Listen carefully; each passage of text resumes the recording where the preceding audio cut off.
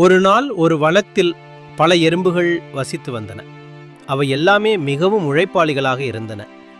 ஆண்டு காலங்களில் வறட்சி வரும் நேரத்தில் உணவு இல்லாமல் தவிக்கக்கூடும் என்பதை உணர்ந்த அவை வருகிற நாட்களுக்காக உணவுகளை சேமிக்கத் தொடங்கின. அதே காட்டில் ஒரு புலம்பூச்சி வசித்தது.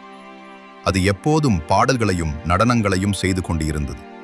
எறும்புகள் அதை பார்த்து, நீயும் எங்களைப் போல சிரமப்பட்டு உணவு சேமிக்க வேண்டும் என்று அறிவுரைத்தன. ஆனால் புலம்பூச்சி சிரித்துக்கொண்டு, நான் சந்தோஷமாயிருக்கிறேன். நாளைய துன்பத்தை எண்ணி எனக்கு கவலை இல்லை. இன்றைய மகிழ்ச்சி என்னை திருப்திப்படுத்துகிறது என்றது. சில மாதங்களுக்கு பிறகு குளிர்காலம் வந்தது. புலம்பூச்சிக்கு எங்கும் உணவு கிடைக்கவில்லை. அது நடுங்கிக் கொண்டே எறும்புகளின் இல்லத்திற்கு சென்றது. எறும்புகள் அதை பார்த்ததும் தயவுடன், இதுதான் உழைப்பின் பலன் என்றன. அவை புலம்பூச்சிக்கு உணவு கொடுத்து உதவின. அதன் பிறகு புலம்பூச்சி தன் தவறை உணர்ந்து வருந்தியது. கதையின் நெறி: இன்றைக்கு உழைத்தால் நாளைக்கு நிம்மதி கிடைக்கும்.